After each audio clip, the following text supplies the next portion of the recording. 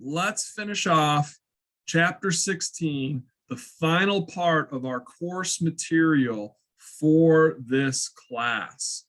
And I do enjoy the special senses quite a bit. That's too far. Let's pull this back up here for you and talk about, all right, functional visual impairments. That's our first. We're going to start off tonight's class with our first clinical view. And so got to give you a couple of things in case some of you, I mean, if you probably noticed that I'm wearing glasses, so I'll use myself as an example here as we go through some of these impairments here. But the first one there, ametropia, is the one that I wish I was. Normal vision. That means that the light that's entering into your eye and striking your retina is hitting everything right where it should be. It's focused, right, on the retina. It's not coming in blurry. So that's ametropia. Now, you've heard of the term farsighted, and I'm sure you've heard the term nearsighted. Okay, the clinical term is hyperopia if you are farsighted. That means that you have trouble. I figured it'd always be the other way around, but it's not. You have trouble seeing things that are up close, and that's because the shape of the eyeball is going to be a little bit short, which means that the light rays, all right, when they are focusing, they are going to focus behind the eyeball. That's unfortunate. So no problem. We fix that. We fix that by providing that person with the convex lens, whether it's with eyeglasses, excuse me, or with oh my gosh, all my contacts, contacts. All right. So if you are hyperopic, then that means you have trouble seeing things close up, like looking down at your watch, looking at something in the car. All right. Now, if you're me, you're myopic, you're nearsighted. So you have trouble seeing stuff far away. And that's because my eyeball is too long. And so what happens is, right, the light rays will focus, all right, in front of the retina. And so we have to correct that with a concave lens, again, through corrective eyewear, be it glasses or contacts, those things called contacts that you might have heard of before. Also, I have been blessed to have astigmatism also. And it's funny because a lot of people, when they pronounce this, they think that there's an in front of the stigmatism, you know, astigmatism, but it's just stigmatism. And basically, I was told by an ophthalmologist that my eyeball is shaped like a football. But what it basically is I have unequal focusing because of the abnormal or unequal curvatures there in my eye, which is going to cause more refraction, more bending of the light. Not a good thing if we're trying to focus on the retina. And then finally, we got presbyopia. Again, something I'm also blessed with. I'm telling you, I'm ticking off all the boxes here. This is that often age-related change. As we get older, the lens has trouble changing its shape, and it has a harder time becoming more spherical. And so when it has issues becoming more spherical, it's harder to focus on things close up, especially when you're reading. So of course, we go about getting corrective lenses. The same thing, I didn't mention this for astigmatism. You can also get corrective lenses for that also. But now they have these, well, they've had it for quite some time, are some surgical procedures like LASIK surgery that will help with presbyopia. Again, sometimes not all of us are fortunate enough to have that normal vision to be ametropic, but unfortunately, that's what happens. Ooh, Dave, I'm sorry. I don't know what else to say than that is that I'm sorry. You know, it's one of those things. It's interesting to me, though, because my wife's been going to her doctor and been checking on her eyesight, and they said that it's improving as she's getting older. So her prescriptions, because she wears contacts and glasses, and her eyesight has been improving. Go figure. I wish I was lucky like that. So when we're looking at, all right, normal vision, obviously our focal plane is showing you where we want the light to focus once it enters into the eye, passes through the lens, and is traveling through the vitreous humor back to the retina. And it needs to focus exactly on the retina. When we look at somebody that's farsighted, all right, when they're hyperopic, all right, you can see here our focal plane is well behind the eyeball itself. So when those light rays are hitting the retina here, all right, they're kind of spread out a little bit. Actually, let me zoom in a little bit. So you can see how they're spread out in here. So they aren't focused. So it will appear blurry. No problem. We get our convex lens, we put it there in the front in the form of eyewear, and it will then focus, all right, the light rays right on the retina. That's what's going on when you go to see your optometrist, or excuse me, your ophthalmologist. When you go to see your ophthalmologist and they put that thing on your face and they'll ask you, does this look better or does this look better? Right now or now or now. And so they'll ask you, and what they're doing is they're messing around with different corrective lenses to get that correct refraction, that correct focusing of those light rays onto the retina. All right, myopic, all right, this is the situation in which the eyeball is too long. All right, so these folks are nearsighted, all right, so they'll have difficulty looking at things far away. And what will happen is, all right, the focusing happens in front of the retina. And you can see here where you would want everything to be crossing over, but it's missing the mark. And so what we do is no problem. Here we get our corrective lenses here and do the same thing. And that will help to refract the light rays and have them focus right there on the retina. So when we're talking about the field of vision here, basically what you are looking at, the entire area for each eye when you are focusing on a specific point. Now, what's interesting is each eye gets its own individual picture. And then what will happen is you cross them over on top of one another and we get what's called stereoscopic vision. That's our depth perception. And so what we'll see is basically what we're doing is we're sending two images back to the brain. And then your brain is going to interpret those images. And the fact that we have the crossing over of those visual fields that provides us with that stereoscopic vision, we can have that depth perception there. So let's talk about that visual acuity, how clear, how crisp things are. There's three things that our visual acuity is dependent on. One is the bending of the light rays as they enter in. We got to make sure, okay, that those light rays are focused on the right spot on the retina. Also, let's look at the neural part of the retina. All those cells back there, your photoreceptors, your bipolar cells, your ganglion cells, right? All of those need to be fully operational and able to pick up any of the nerve impulses that are being transmitted. And then finally, all right, the last part about our visual acuity is what's the brain doing? Is the brain able to interpret the image? Is there something going back? Is something going on in the visual pathway or even in the occipital lobe there where the visual cortex is? So those are going to be the three things that are going to play a role in our visual acuity. So you probably heard when you've gone to the doctor and they've tested your vision, you've heard some people say, oh, I'm 20/20, oh, I'm 20/40, you know, I'm 2200, which is pretty bad because that's legally blind, all right?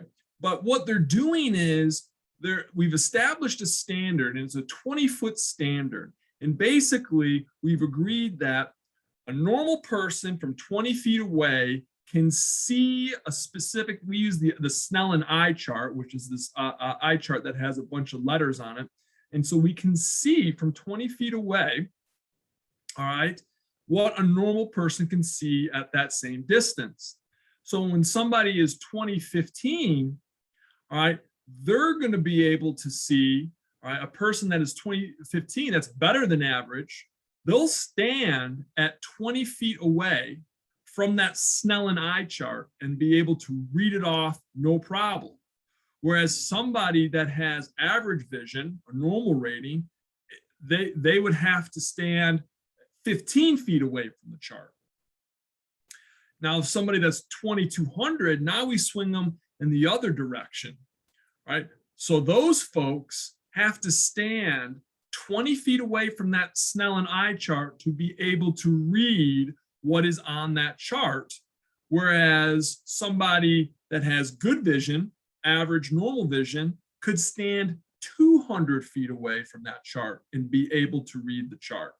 So that's what we're referring to when we use that normal rating. 2020 means you're good to go. A lot of pilots in the Air Force usually have 2015 visual acuity. Big difference. All right, so let's finish up talking about our vision special sense and talk about the pathway. All right, where does it all start? It's going to start in the retina, in our neural layer. Okay, the photoreceptors are going to create an action potential, all right, which will cause the nerve signal to be passed on to the bipolar cells, onto the ganglion cells. The ganglion cells are going to then form the optic nerve. Then you have an optic nerve from each eye, left and right. And so they travel back towards the brain and they converge at the optic chiasm, which is in close proximity to our pituitary gland. And so what we'll see here is some of the axons from the optic nerves, specifically the medial axons, they will cross over to the opposite side of the brain. The lateral axons stay ipsilateral. They stay on the same side. So the medial axons cross over, the lateral axons stay on the same side. So after the optic chiasm, our visual pathway then turns into optic tracts.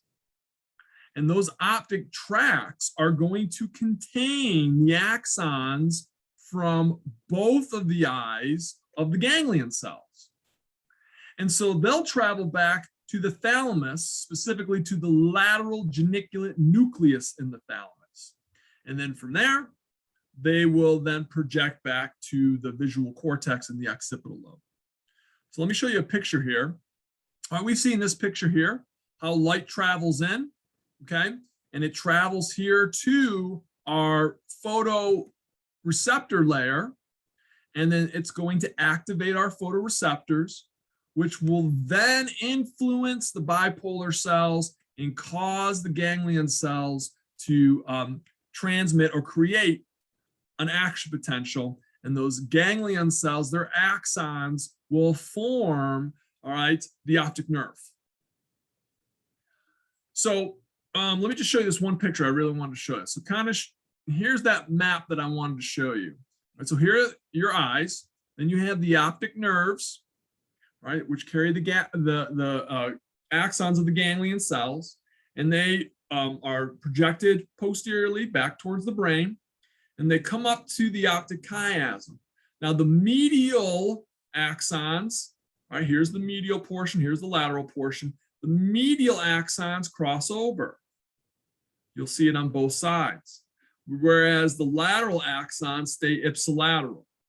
But point being is after the optic chiasm, right, we have our optic tracts, and the optic tracts contain axons from both left and right eyes. And so they'll transmit back here, right, to the lateral geniculate nucleus in the thalamus, and then from there we project back to, all right, the occipital cortex here. Also, though, I want you to notice there's a couple other structures here, which I'll talk about in a second here in the midbrain, right? We have our pretectal nucleus and our superior colliculus. The superior colliculus should sound familiar because that helps with visual tracking, right? And then the pretectal nucleus will help out with the pupillary light reflex, and we'll talk about some of the other activities that it's involved with, right? But that plays a role in influencing our vision here. All right, but just to kind of get a general idea of what we're looking at here for our visual pathway. And then you can see how each eye has its own field of vision. And then where we have an overlap all right, of each eye where they overlap, that's where we get that binocular vision there, where we get that nice depth perception. All right, so let's pop back to this slide here. All right, so when we talk about that stereoscopic vision, that's what gives us that depth perception here, right? And that's due to our overlapping of the individual fields of vision for your left and right eye.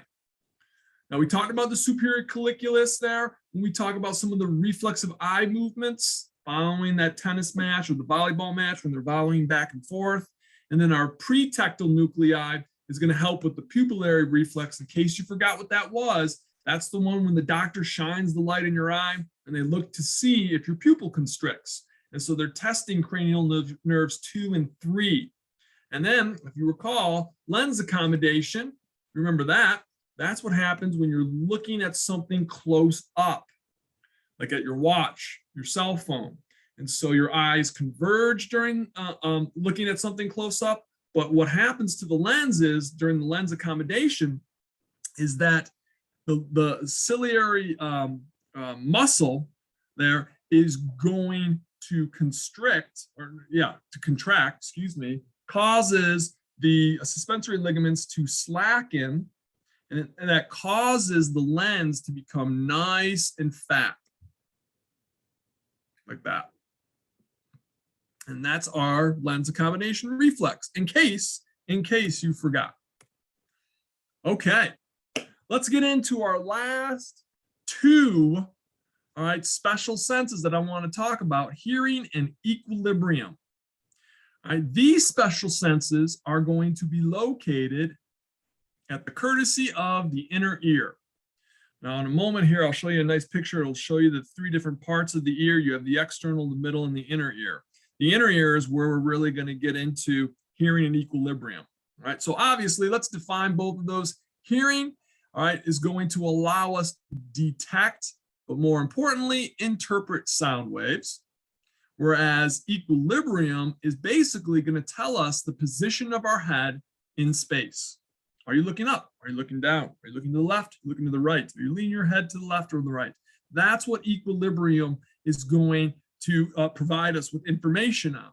All right, the position of your head. What is it doing? So let's quickly look here at the anatomical regions of the ear. All right, you'll notice the external ear here. All right, you have the auricle or the pinna.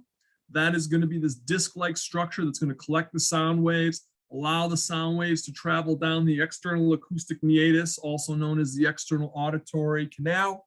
And then those sound waves are going to pound against the tympanic membrane. And so all that happens in the external ear. All right, then on the other side of your tympanic membrane, aka the eardrum, we have 3 of the smallest bones in your body, the auditory ossicles. The malleus attaches directly onto the tympanic membrane.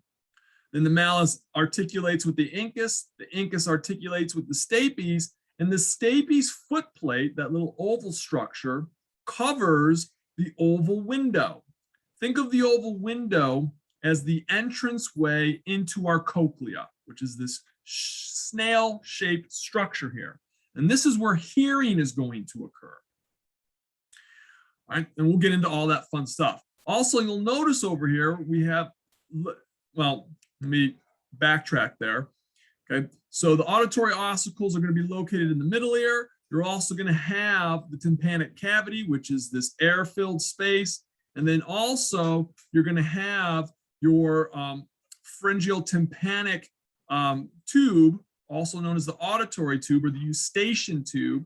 And that's this tube that leads from the middle ear down to the nasopharynx. It connects, all right, those 2 structures.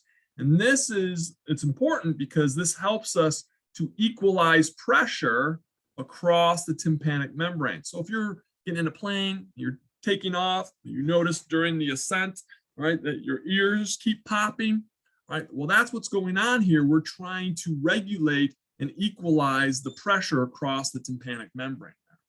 So that's the middle ear. And then the inner ear is going to contain the cochlea. And that's going to be the structure that is going to allow for the hearing. Then it also has your vestibular apparatus over here, right, which is the semicircular canals, these ring-like structures, and then this other structure called the vestibule. We'll get into all that fun stuff.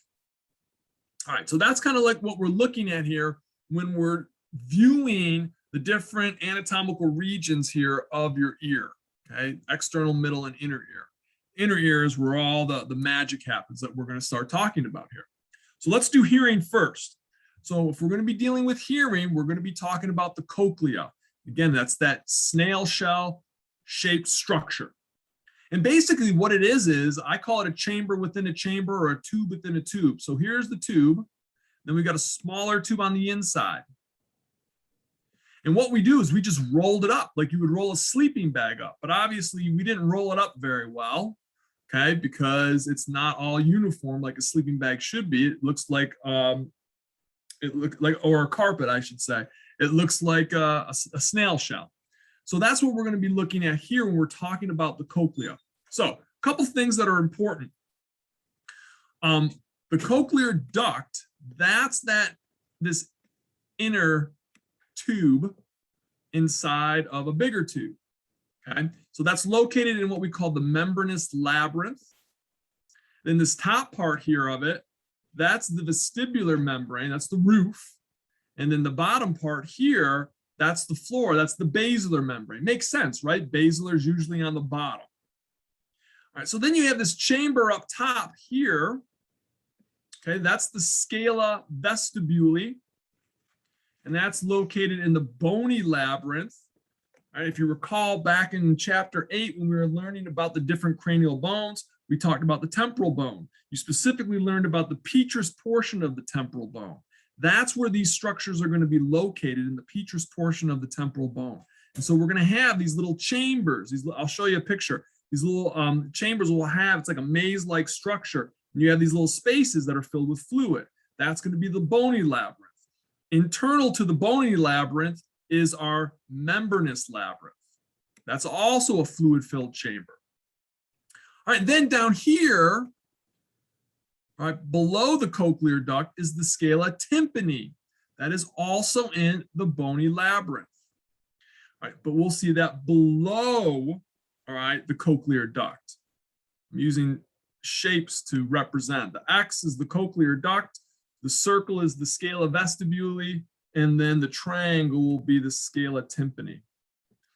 And then where the scala vestibuli and the scala tympani kind of meet up with one another, this little space that I'm drawing the arrow to, that's the heliocotroma. All right, so that's how those two, all right, chambers are connected to one another. But now, mind you, remember, this is all rolled up like our sleeping bag. All right, so inside of the cochlear duct, within the cochlear duct, we have the spiral organ. This is the structure that is responsible for hearing. It is a sensory structure that is going to provide us that sensory input for what we're hearing. So it's basically this thickened clump of epithelium that has hair cells and supporting cells. Well, that should sound familiar. Doesn't this seem kind of like a running pattern here? Right, we have these specialized cells, and then there's always supporting cells. We saw it with gustation, we saw it with olfaction. Right, we're going to see it here too with the spiral organ. We're going to have our sensory cells, the hair cells, and then the supporting cells are going to be interspaced around the hair cells to support them. And this all sits on top of that basilar membrane. So the hair cells are going to be the cells that release the neurotransmitter once they depolarize onto the sensory neurons. And then the sensory neurons will then generate an action potential, and that signal will go back along the axon of those neurons there towards the hearing cortex. More on that later on. So in our spiral organ, we have a couple rows of hair cells. We have a single row of hair cells, and those are closer to the internal portion, so we call those the inner hair cells. And then we have 3 rows of outer hair cells. All these hair cells have these long microvilli that sit on top, and we call them stereocilia. and they kind of have a descending kind of configuration. So you have one really long, and the next one gets a little bit shorter, then the next one gets a little bit shorter than that, then the next one's shorter. So it kind of looks like that, right? Like a staircase. Here's our hair cell. So the one that's really, really long, we call that the kinocilium. That's the big one. And then the other ones are the stereocilia. And all of these hair cells are embedded into this gelatinous structure called the tectorial membrane. Okay, it's like this big bowl of jello. These hair cells sit in it, all right? Or excuse me, not the hair cells, but the stereocilia sit in that. And that tectorial membrane is above the hair cells there. And then we'll have, all right, our sensory neurons attached onto the bottom of the hair cell. And then they'll eventually form the axons that go off towards the cochlear branch of the vestibular cochlear nerve. Let me show you a better picture. I'm going to come back to that. So this is pretty much what I was just talking about. Zoom in just a slight bit here.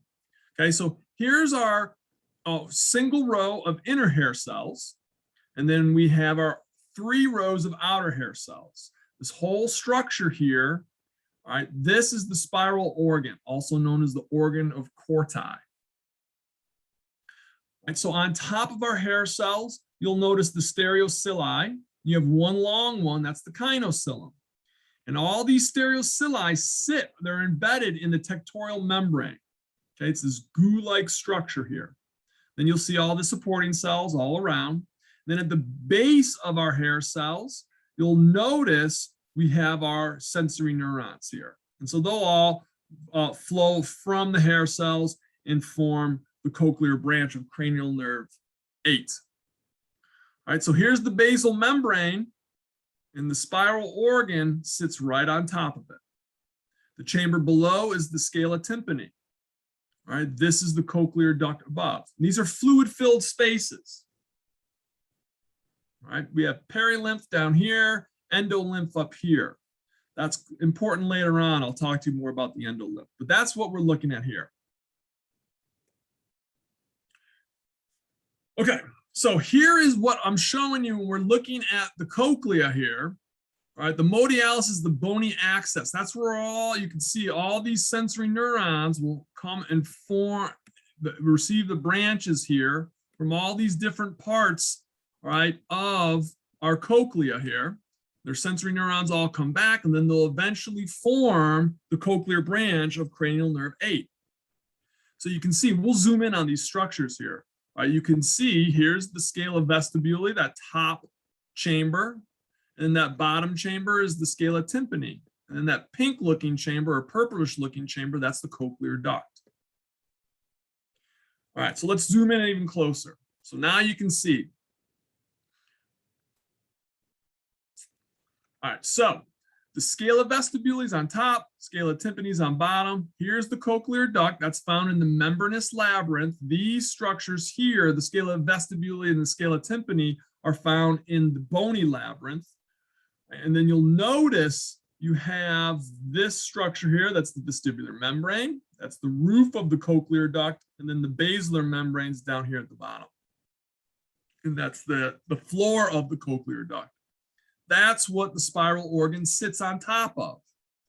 Then you can see the tectorial membrane. That's where all that stereocilia are going to be embedded into that structure. And that's what brings us to this. All right, good stuff, good stuff. You guys are doing great. So let's talk about how the sense of hearing occurs. It's really cool. Okay, so right now, this is what's happening to you. I am talking, you are listening, and you're hearing the sounds coming out of your speaker.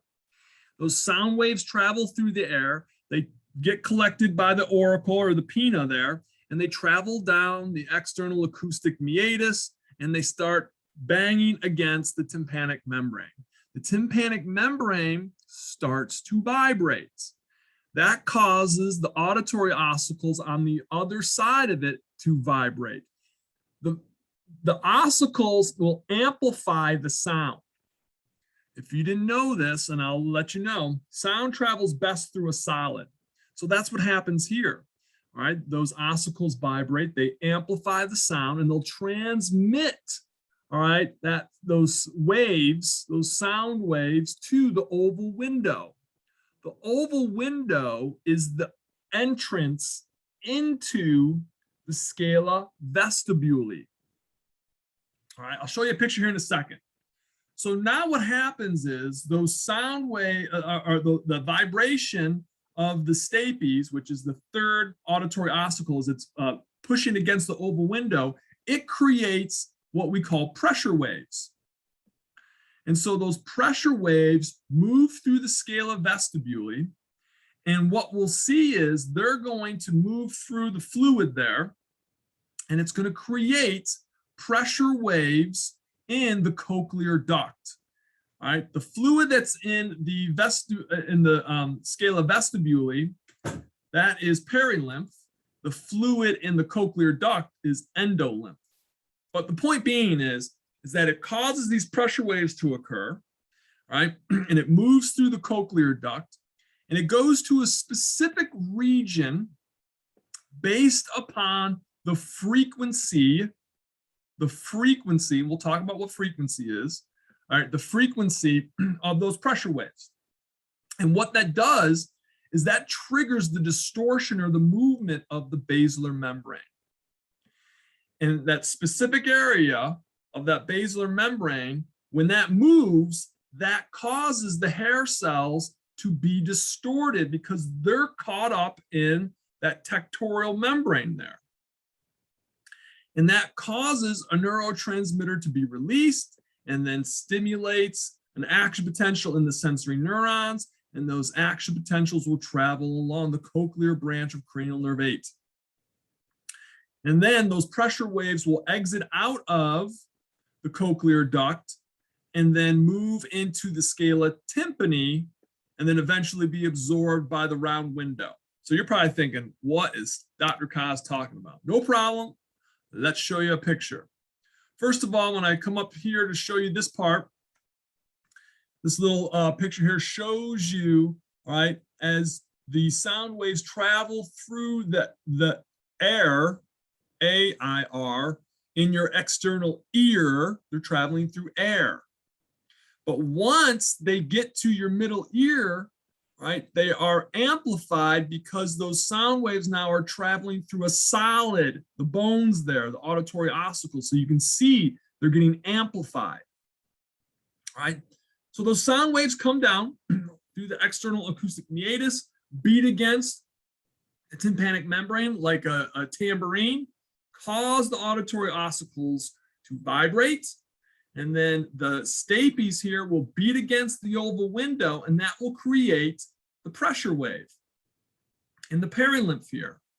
Now, depending on the frequency of the waves here, is high frequency sounds will disturb the basilar membrane closer to the oval window. Low frequency sounds move further away from the oval window. I'll get into more detail about it. But point being is, those pressure waves travel through the scala vestibuli, and then they'll start to bang against the vestibular membrane. Remember, that's the roof of the cochlear duct. Then that distorts the fluid here, the endolymph inside the cochlear duct, which will then distort the spiral organ, which is this purple structure that sits on top of the basilar membrane. So it causes the basilar membrane to become distorted. And so the spiral organ becomes distorted. And so remember, when the hair cells, they're embedded in the tectorial membrane. So as this thing is moving up and down, the tectorial membrane kind of holds on to the stereocilia. And I'll show you the reason why that's important, because that will trigger, okay, depolarization of these hair cells, right? But it just depends. The frequency is going to be dependent on if it's high or low frequency, will distort a specific area here of the cochlear duct. Then those pressure waves travel through the basilar membrane there and then go into the scala tympani and then travel towards the round window and will push against the round window. And so that's basically how sound occurs. Ooh, Kelsey, that's a great question. I'm going to talk about that. But yeah, depending on what type of auditory processing disorder you have, okay, because if certain types of deafness, you can have a sensory neural deafness. That's where you see folks with a cochlear implant occurring.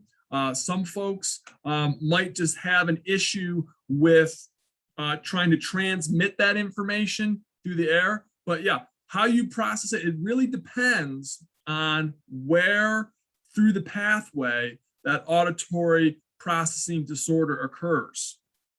Because that, well, one, that depends whether or not you can correct it or not. But two, I mean, if, for example, let's go with an auditory processing disorder here. What happens if you were born without the auditory ossicles? If you don't have the auditory ossicles, then we can't amplify those sound waves, and we won't be able to generate pressure waves here. So effectively, you wouldn't be able to hear at all. All right, same thing, well, not same thing, but something similar. Another auditory deficiency could be if you had damaged your tympanic membrane. So you have holes in it, okay? That can affect your hearing because you might not be able to get a good enough vibration from that damaged tympanic membrane. It could also affect the auditory ossicles and how they vibrate. So there's a whole litany. And I can speculate more here when we get in. Let me get to the pathway there, and I'll show you some good stuff here in a moment. All right. So how do we get the hair cells to depolarize? So here's what happens. All right.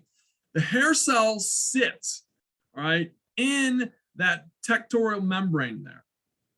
And what will happen is, right, with the inner hair cells, right, we're going to see at the end of those hair cells ion channels specific, all right, for potassium.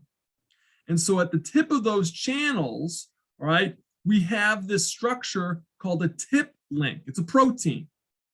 All right, I'll show you a nice picture here. So here you've got, all right, the gates here sitting at the top. Here are your channels. All right, and then you have these tip links, which are these proteins that are attached onto the gates here. You can see right there. And again, you can see all the stereocilia here are embedded into the tectorial membrane there. So if we can distort that tectorial membrane, move it up or down, or drop the basilar membrane down, we are going to affect the movement of these tip links. And effectively, if we can trigger the movement of those tip links to pull those channels open, then we can get potassium, which is all over the place in that endolymph. The endolymph is potassium rich. That potassium then can enter into the cell. And so we know what happens when a positive ion enters into the cell. It depolarizes the cell. It makes the inside of the cell more positive. So let me jump back to where I was going with this. All right, so those inner hair cells, all right, have the ion channels, okay? And the gates there have a special protein that's connected. And so what we'll see is those hair cells are just covered and surrounded by that potassium-rich endolymph. So when the basilar membrane, those pressure waves are moving and hitting, okay, the vestibular membrane, then hits the basilar membrane. When the basilar membrane moves up, that causes those hair cells to move up into the tectorial membrane. That causes those tips, those tip links there, all right, to tilt open. And when they pull open, all right, potassium enters into the cell and it depolarizes the cell. And once it's depolarized, we know the rest of the story. The neurotransmitter is released onto the sensory neuron, and then the sensory neuron starts to fire action potentials. When the basilar membrane moves back down, we shut the whole process down. Everything closes back up. All right, so this is what, let me get rid of that. There we go. Okay, so here you can see, all right, here are the tip links attached onto our potassium channels here. Okay, and so when they get pushed up into the tectorial membrane, the tip links pull, open the gate, and potassium enters into the cell. Causes depolarization. Then the neurotransmitter from the inner hair cell is released onto the sensory neuron here, and we create an action potential. So let's talk about the different qualities and the perceptions of sound here. First of all, this is getting a little bit into the physics, but this is important that you should know this, all right? When we talk about sound, basically, all right, the definition, the textbook definition is the perception of pressure waves established from vibrating objects. And that's true, right? Basically, sound waves will cause, all right, the molecules to vibrate. And that's due to the transfer of energy from one molecule to the next. That's why sound travels better through a solid, because the molecules are much closer. So they'll just transfer that energy from one to the next, to the next, to the next. All right, liquid, sound travels, all right, well through a liquid, but not as good as a solid, because the molecules are spaced out a little bit more in a liquid, and obviously in a gas, they're spaced out much more, and in a vacuum, there's nothing. So sound doesn't travel through a vacuum. So when you watch those space movies or those space TV shows, the science fiction TV shows, you'll see, all right, that they have an explosion in space, doesn't make a noise. Those laser blasts or whatever that occur, those don't make a noise in space. It's quite boring, right? That's why Hollywood has a little bit of fun with space movies, because any scene that you shoot in outer space is completely silent. All right, so keep that in mind. So pitch has to do with the frequency of a vibrating object. Ever take a tuning fork, right, and smack it? That's what we're measuring the pitch, which is the frequency. How much vibration is occurring? All right, and so basically with us, we can only detect, all right, between a certain range, 20 to 20,000 hertz, which is pretty good, but not as good as some species on this planet. And so what will happen is the variations that we hear of pitch is due to the actual stiffness of the basilar membrane. The basilar membrane is much more stiff near the oval window. But when we get to the far end of the cochlear apex, which is down here. Come on, zoom in. All right, so here's the oval window. So the basilar membrane here is quite stiff, but as we get further and further and further and further away, and we get down here to the very end, it's less stiff. All right, it's like a guitar string. Whoops. All right, so that has to do with high frequency sounds, like I was mentioning before, right?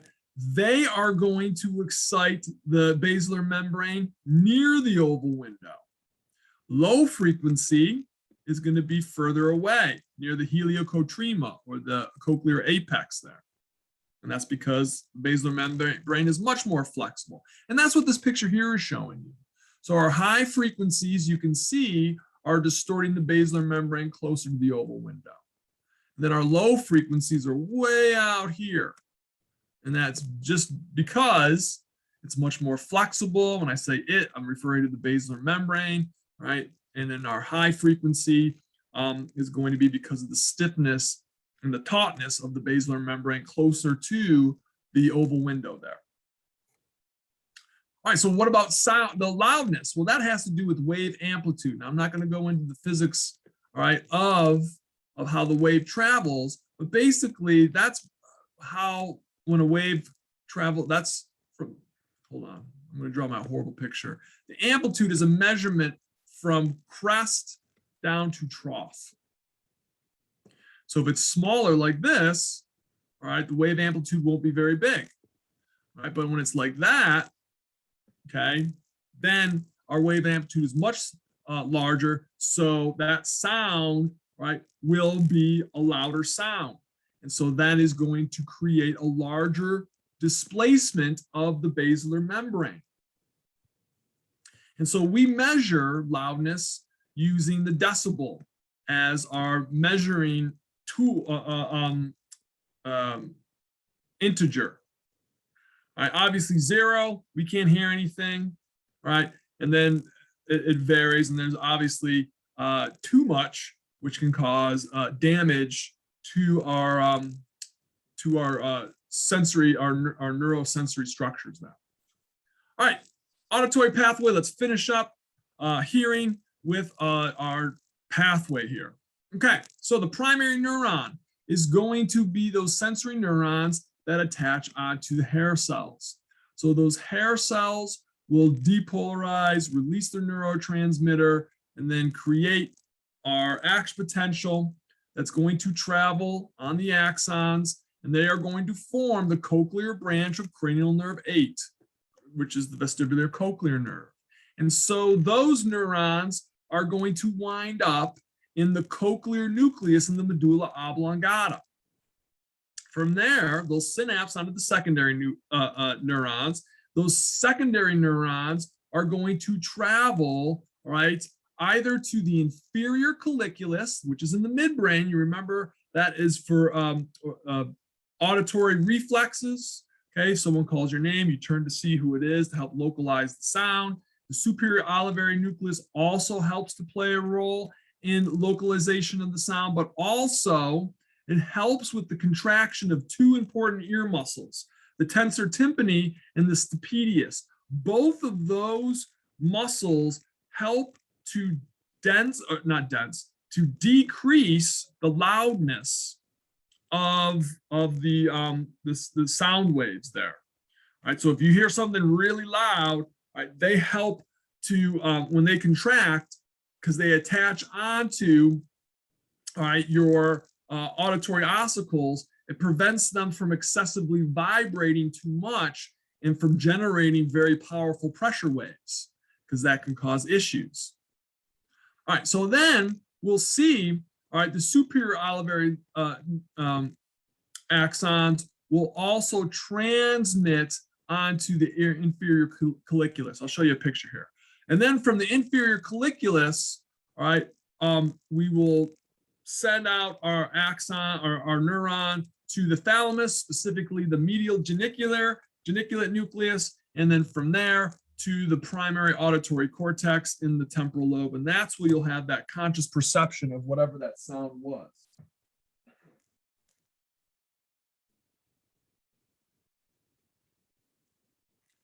All right, so here, if you take a look, you can see, all right, our pathway for hearing. So let's get back here to the cochlea. All right, so we generate our primary neuron, generates an action potential. It travels along the cochlear branch of the vestibular cochlear nerve here to the cochlear nucleus in the medulla oblongata. Then we have two places that our secondary neurons can go to. Secondary neuron can go either to the superior olivary nucleus, which is in the pons, or the secondary neuron can go all the way up here to the inferior colliculus. Also, we'll see here in the superior olivary nucleus, another neuron will travel to the inferior colliculus. Then from there, all right, those neurons will then travel to the thalamus, to the medial geniculate nucleus, and then from the thalamus out to the temporal lobe here, where the primary auditory cortex is going to be located. So that's hearing in a nutshell. So that brings us to the next part, the clinical, our next clinical view, deafness, right? Hearing loss. So we break it down into two types, conductive deafness and sensory neurodeafness. I was kind of mentioning this a little bit earlier with Kelsey there, talking about how the sensory neurodeafness is when we have an issue, all right, with any of those structures in the inner ear, right? And it could be a variety of things. right? You could have damage to any of those hair cells in there, right? Or you could have damage to the spiral organ. It goes on and on. Or you can have a direct issue with the cochlear nerve. Conduction deafness here is when we have an issue with something going on in the external or middle ear. Sensory neuro is usually going to be in the inner ear. You could have something stuck in your ear in the external acoustic meatus there, and that's going to interfere with those sound waves entering in. All right, a middle ear infection can cause the same thing. All right, so we can see a couple different ways. I mean, there's a variety of ways in which you can have a hearing loss or a hearing deficit. I mean, as we get older, right, that basilar membrane starts to become less stiff. And so folks will start to experience, all right, issues with that low pitch. That's why they don't encourage people so much to raise their voice. You should actually lower your voice when you're talking to somebody that's hard of hearing. But I think part of that recommendation is so they'll pay more attention to you. I'm not sure which is which. My father's hard of hearing, and so I always give him a hard time about that. All right, the last part of our special senses is going to be equilibrium. Equilibrium, as defined, is awareness and monitoring of head position. So the vestibular apparatus is what is used, and this is found in the inner ear, to help with equilibrium, monitoring our equilibrium. So you have two structures. You have the semicircular ducts and you have the vestibule. The vestibule is made up of the utricle and the saccule. And so equilibrium, all right, contributes to balance. Don't confuse the two. They're not the same. Okay, equilibrium has to do with head position. All right, balance is something completely, I won't say completely different, but it includes your head position, but also it includes your arm, leg, whatever position. So when we talk about balance, we're going to include equilibrium. We're also going to be including vision, because if you've ever tried, it's easier to keep your balance with your eyes open compared to closing your eyes. So that plays a role. And then also proprioception. And we should know by now what proprioception is. That's going to be that spatial awareness of our joints that are providing your brain with information as to where your limbs are and your trunk, all right, are in relation to your body. So all that information gets sent to the brain, right, and it helps us with our balance. So let's talk about the different aspects of equilibrium. Right? Our utricle and saccule, together known as the vestibule, are going to detect static equilibrium and linear acceleration. Static equilibrium is when you're not moving. Right? I like to use the example that you're looking straight ahead. Your head is straight, like the anatomical position. That's static equilibrium. Linear acceleration is moving your head up or down, looking up at the sky, looking down at your feet. The semicircular ducts are going to help to detect angular acceleration, turning your head from side to side. All right, so let's start off here with talking about static equilibrium and linear acceleration.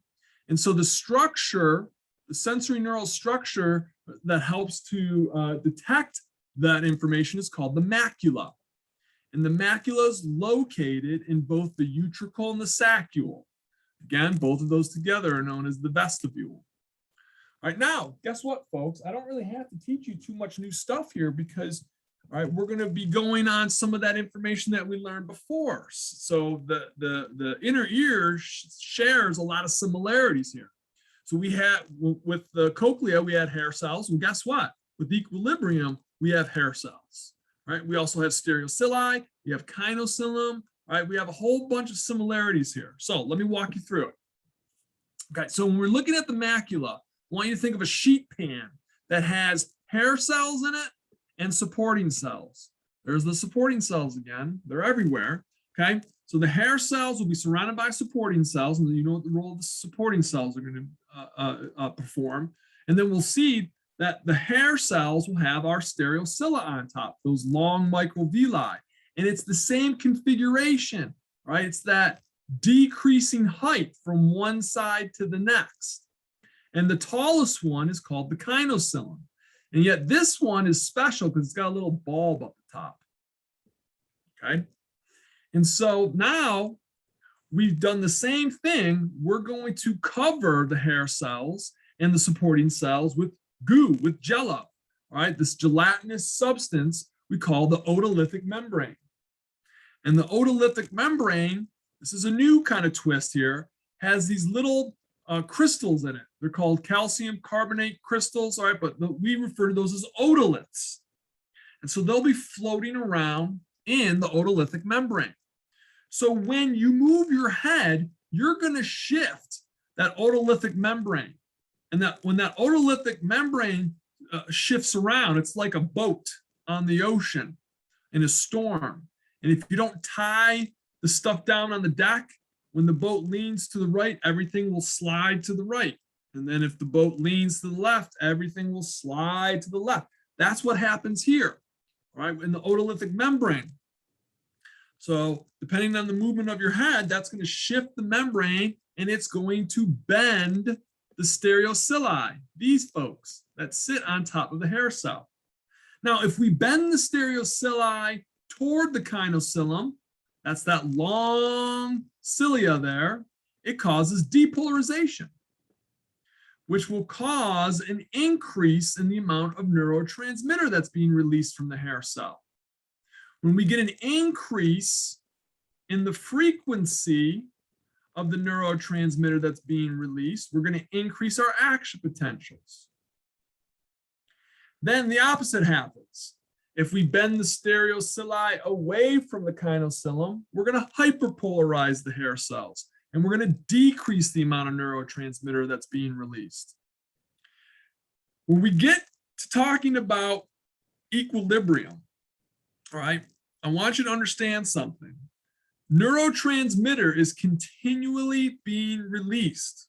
Remember kind of like when we were talking about autonomic tone and how the sympathetic nervous system is going to affect, all right, the diameter of your blood vessels.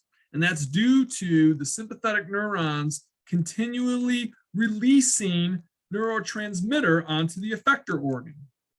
And then if we want to get it to vasoconstrict, we just turn the dial up and release more neurotransmitter. If we want it to vasodilate, then we turn the dial down and it releases less. Well, something similar here is going to happen.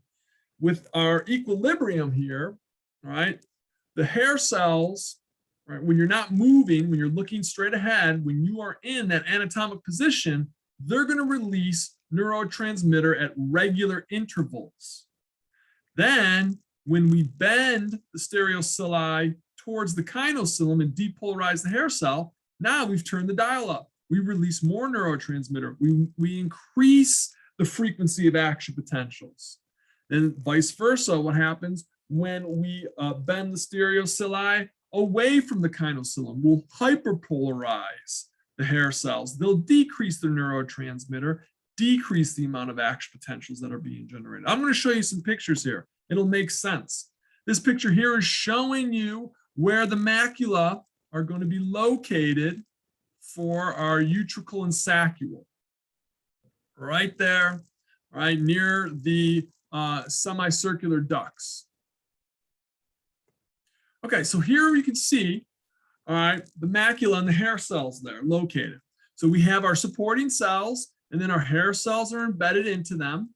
And then on the ends of the hair cells, you'll notice you've got the stereocilia with the one long stereocilia called the kinocylum. And then all of that is embedded in this gelatinous goo called the otolithic membrane. And in the otolithic membrane, we have these little calcium carbonate crystals called otoliths, and they float around.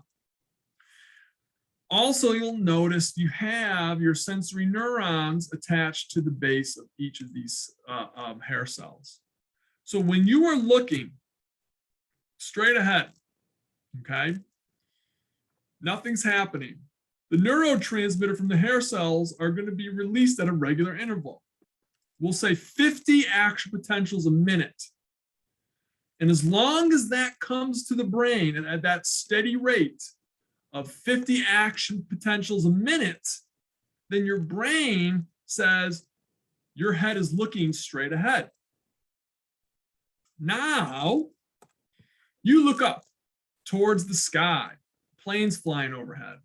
So you look up towards the sky, and now you've shifted everything like that boat on the ocean, and that stuff starts to slide around on the deck. Well, the otolithic membrane starts to move around, and it pushes, all right, the stereocili toward the kinocilium. That causes depolarization to occur. That increases the amount of neurotransmitter being released, which will increase the frequency of action potentials being generated. So now we went from 50 action potentials a minute to 100 action potentials a minute. Those are arbitrary numbers, okay? So now your brain's like, well, it's 100 action potentials a minute. You must be looking up. Now you look down at your shoes because you think that your shoe's untied.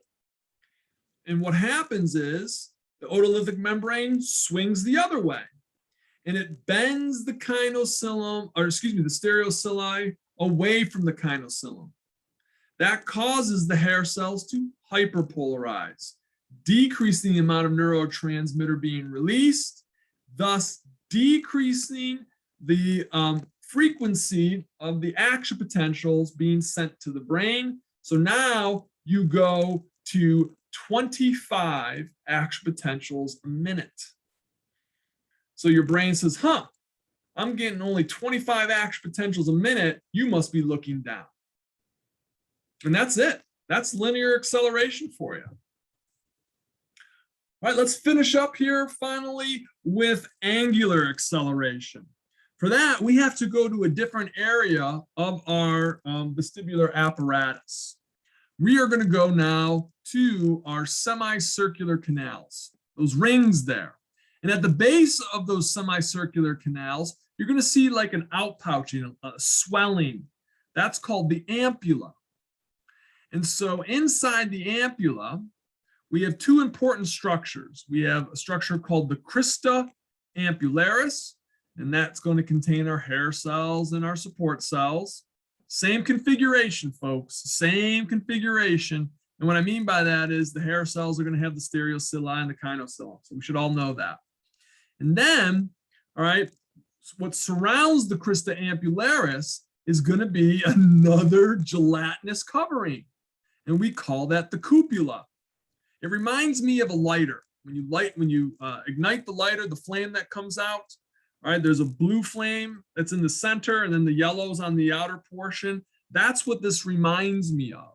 The crista ampullaris reminds me of the blue flame, and then the cupula reminds me of the yellow flame.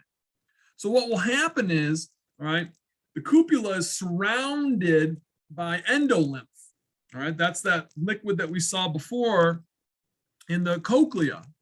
So when you turn your head, when you rotate your head, the endolymph is going to push into that gelatin, that gelatinous cupula, and it's going to push the cupula around.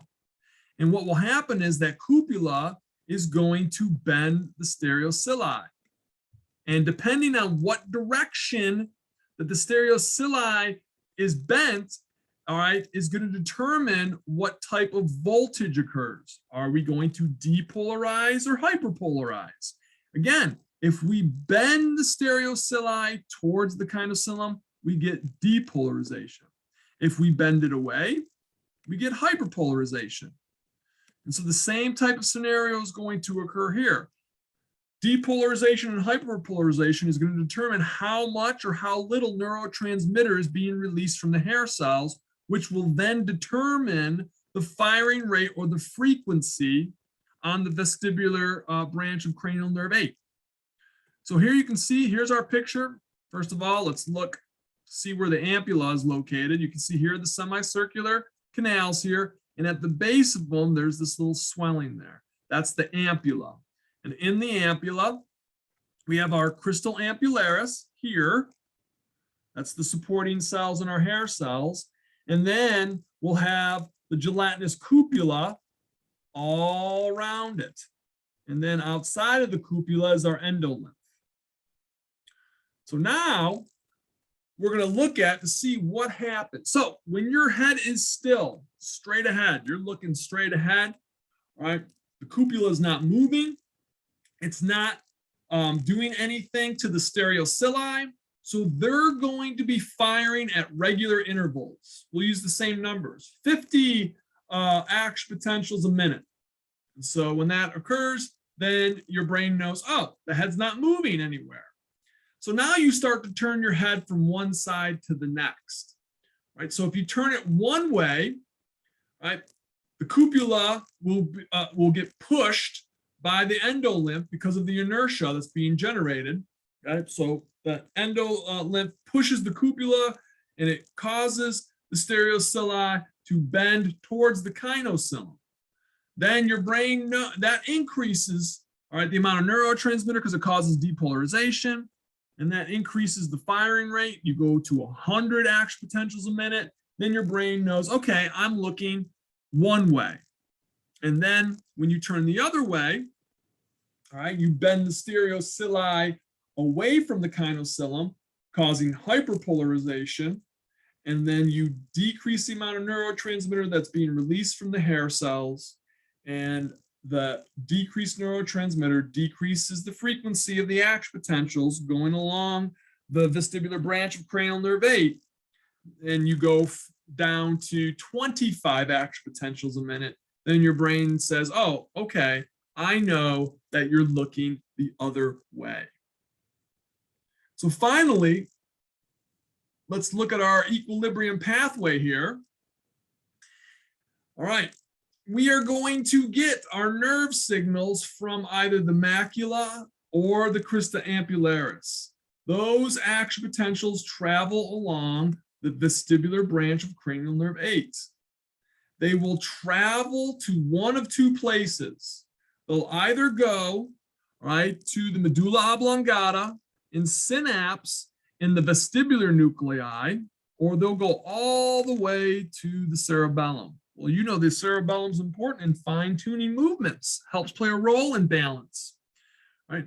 So here in the vestibular nuclei, right, we are going to get input information from your visual system. So the vestibular nuclei helps to control reflexive eye movements and helps to contribute to balance. Whereas we already know that what the cerebellum does, that's going to provide corrective feedback information, fine-tune motor movements, right, which will also help with coordinating balance. But keep in mind, because proprioceptive information will travel to the cerebellum, it helps us to generate the proper amount of muscle tone, right, when we're effectively trying to maintain our balance. So from there, all right, those axons that either go to the cerebellum or to the vestibular nuclei, they'll synapse onto our secondary nuclei, or secondary neurons, excuse me, and then those secondary neurons will then travel from the vestibular nuclei and the cerebellum up to, you guessed it, the thalamus, our relay station. And then from there, the thalamus will relay that information out to the cerebral cortex, so you have sensation or awareness of that body position. Is my head looking to the left? Is it looking to the right? Am I looking up? Am I looking down? I love this picture because it shows it in really nice form here. So here's your sensory neurons that are coming and traveling on the vestibular branch of cranial nerve 8, heading to either, all right, the vestibular nucleus here in the medulla oblongata or to the cerebellum. And then they'll synapse onto the secondary neurons, and then those secondary neurons will travel from the cerebellum up to the thalamus or from the vestibular nucleus up to the thalamus. And then from the thalamus up to the appropriate cerebral cortex there for that awareness of body position.